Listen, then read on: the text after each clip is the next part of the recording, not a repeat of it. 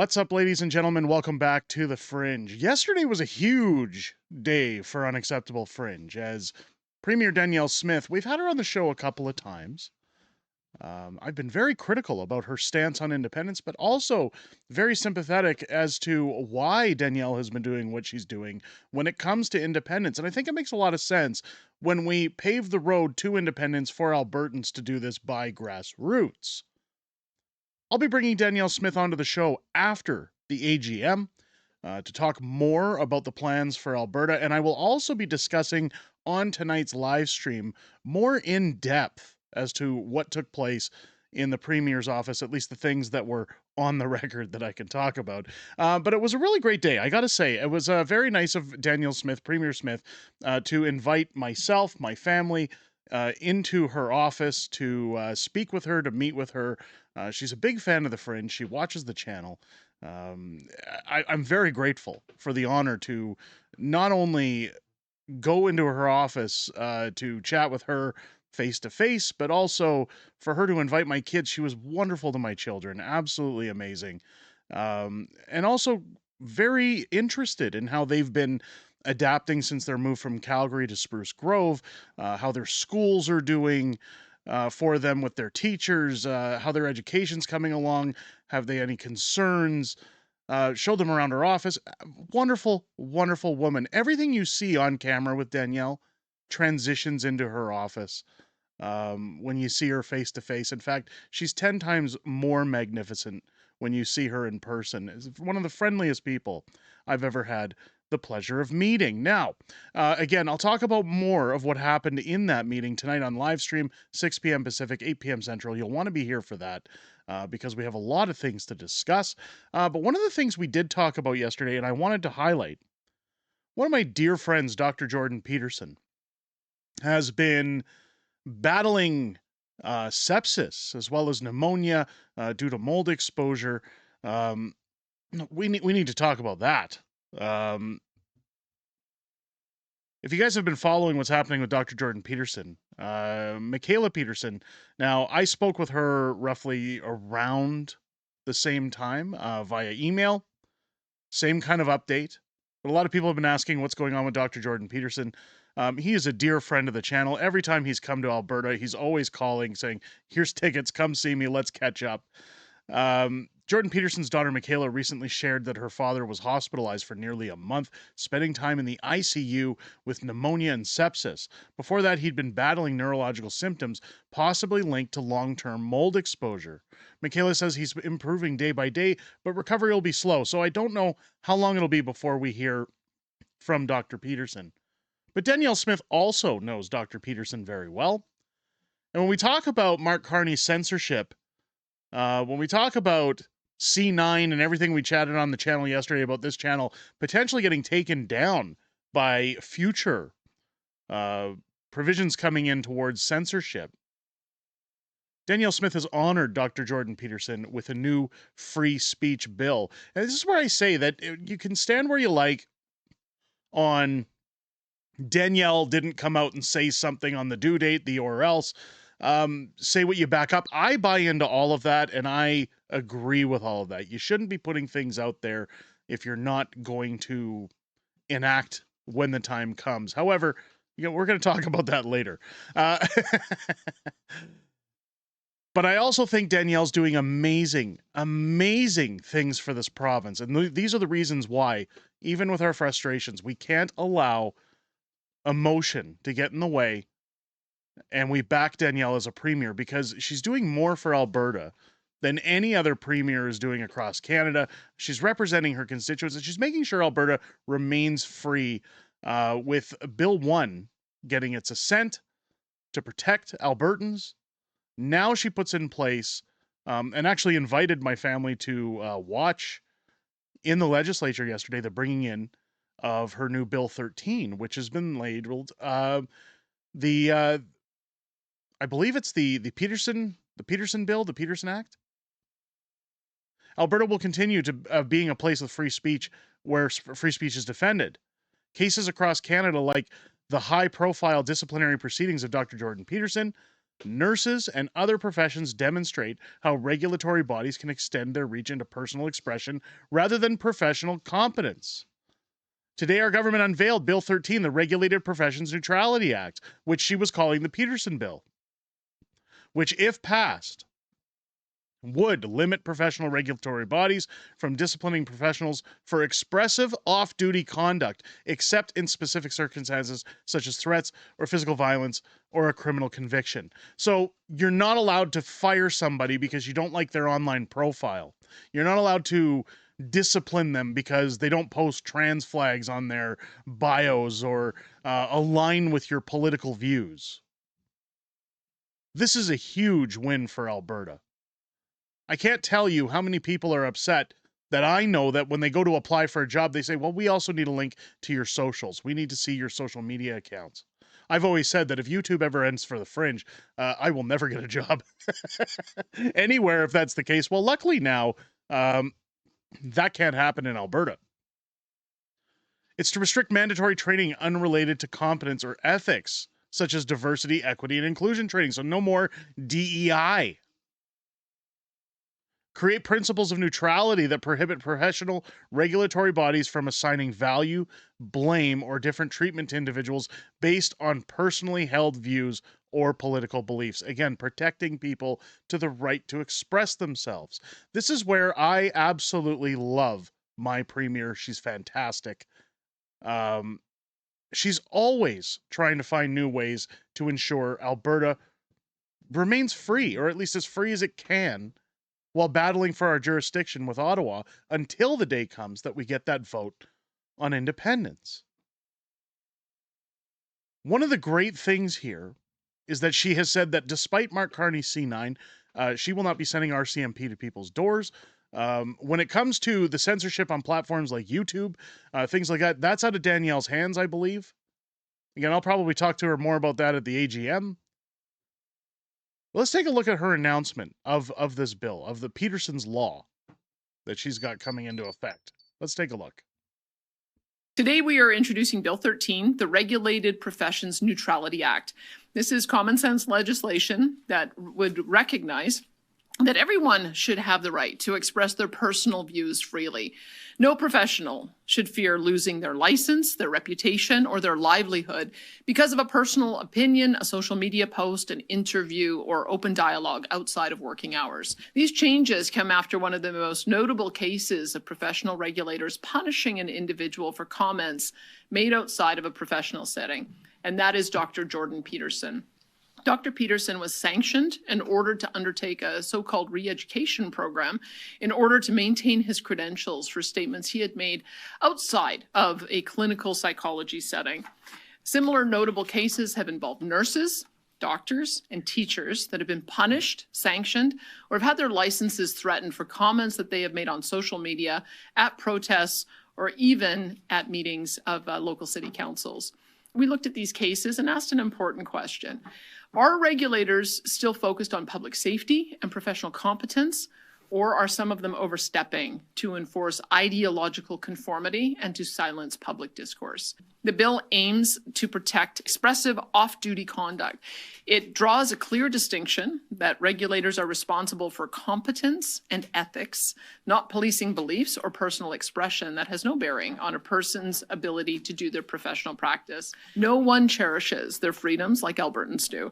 This is a sentiment that we hear often and something that our government takes seriously. Our aim is to uphold professionals' rights and freedoms while continuing to protect the public interest so that both public confidence and professional integrity are maintained. We want to ensure that professional regulatory bodies keep their focus on areas within their scope, on members' actions that affect their professional competence and ethics, because everyone has the right to express themselves and to share their views and to have their voice heard in our society. I mean, this woman is absolutely electric these days. And I'm not just saying that because I was in her office and chatting with Danielle. I vote for Danielle. I will continue to vote for Danielle. I certainly wouldn't vote for Naheed Nenshi, but I can tell you they're definitely seething. When you hear about the rules that are coming in to protect people's free speech, it's not just that, folks. The nurses union has announced that they're going on strike. Other unions are announcing strikes against Danielle in a calculated effort to try and force an election for Naheed Nenshi to get in. We always said with the ATA and the teacher strike, it's all about politics, folks. And in fact, it's a coordinated strike to try and dethrone Danielle Smith. One of the big things the nurses are fighting over is another bill passed this week. As Danielle says, big news for Albertans. Alberta's government is modernizing physician participation rules to give doctors flexibility to work in both public healthcare system and private settings. This dual practice model will increase the number of surgeries being done in Alberta, decrease wait times to ensure that Albertans get the care they need in a timely manner. We stand by our public health care guarantee. No Albertan will need to pay out of pocket to see their family doctor or receive medically necessary treatment. So with this private practice, it's my understanding that if you go for an MRI or if you go for a scan and it's deemed necessary, it's something that should have happened. I believe the province compensates that. So you're not actually paying out of pocket. You know, if people say, well, I need an MRI or I need a scan for something and it's nothing, well, then yes, you're on the hook for that. They don't want you wasting physicians' times. And a lot of people are up in arms about this, saying, well, it's a two-tier system.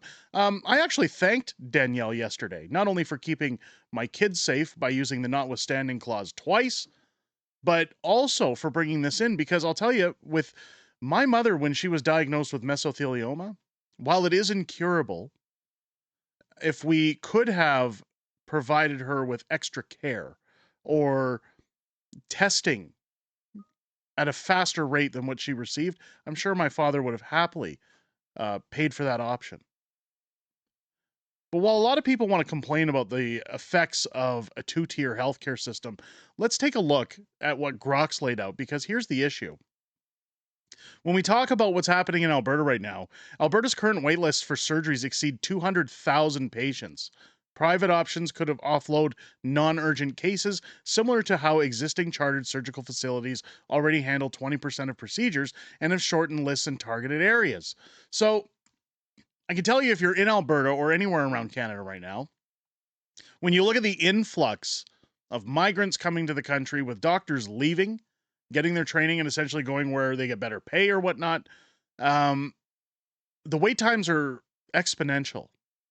So by offering this option, it's going to decrease those wait times by those who wish to pay. And there's people who say, well, I can't afford to pay. That's okay.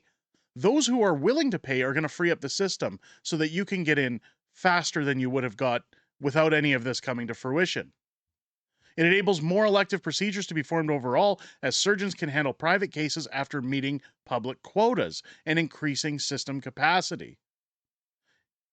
It benefits to improve physician retention and attraction, offers surgeons flexible earning potential through private billing, making Alberta more competitive for medical talent amid national shortages.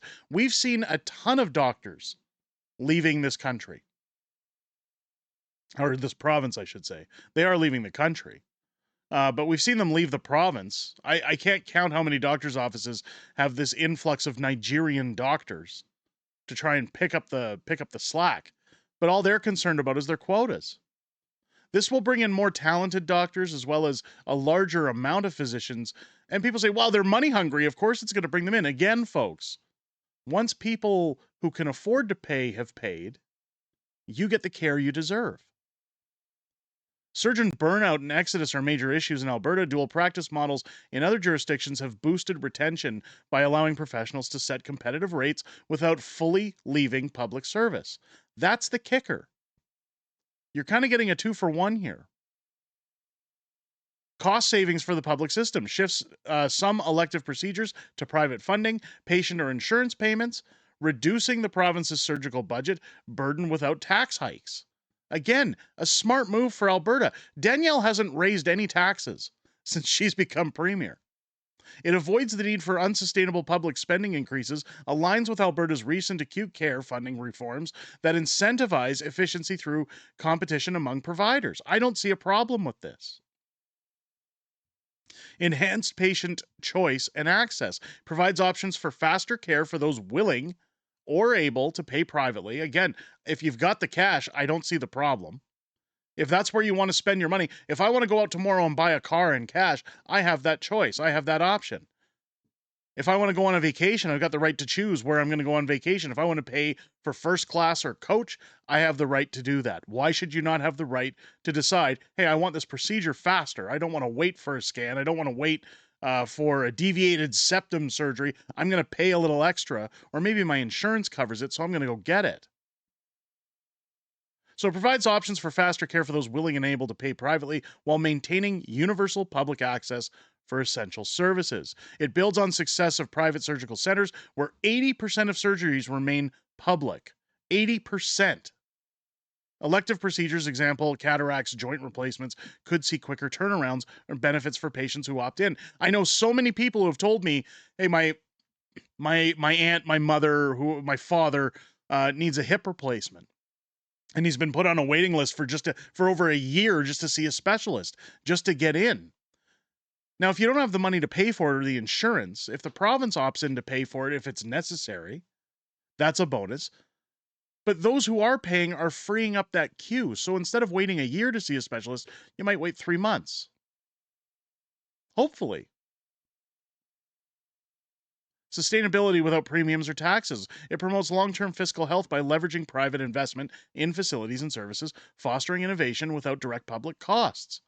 Premier Smith has emphasized that simply spending more on public-only systems is ineffective. This model encourages private sector contributions to scale up care delivery. The benefits are primarily drawn from government announcements and analysis on a similar hybrid system, though implementation details will be crucial to balancing equity. I agree with that. We're going to have to see what happens once the project unfolds, once everything comes to fruition. But again, I think these are bold and very warranted steps for Alberta. I think that everyone's going to benefit from this. It's funny how as soon as Danielle announces something like this, that's a win for the consumer, the win for her constituents, those in the unions, those with the NDP, those who want higher wages just because, are out there screaming, oh, get rid of Danielle, bring down the castle. How dare she make public health care private? And how dare she give options to those willing to pay? It's a free market. I do not see an issue with this. I do not see an issue with her standing up for the rights of free speech, especially on the prosecution of those, or persecution of those like Dr. Jordan Peterson. I know I'm happier that people are protected now from their social media posts and political views. The DEI is getting choked out.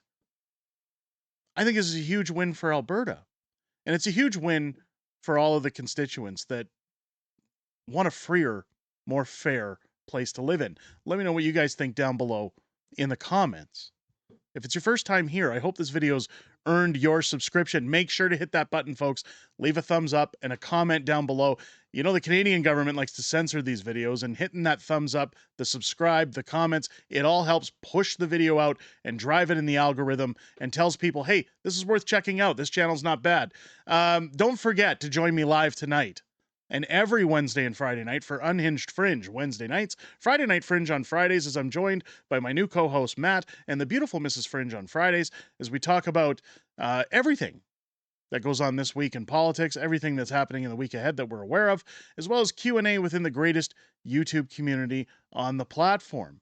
I always look forward to chatting with you guys outside of making these videos. I also look forward to chatting with you tonight, starting at 6 p.m. Pacific, 8 p.m. Central, here on the channel. With that said, ladies and gentlemen, I hope you have a great rest of your day. I hope you enjoyed this video.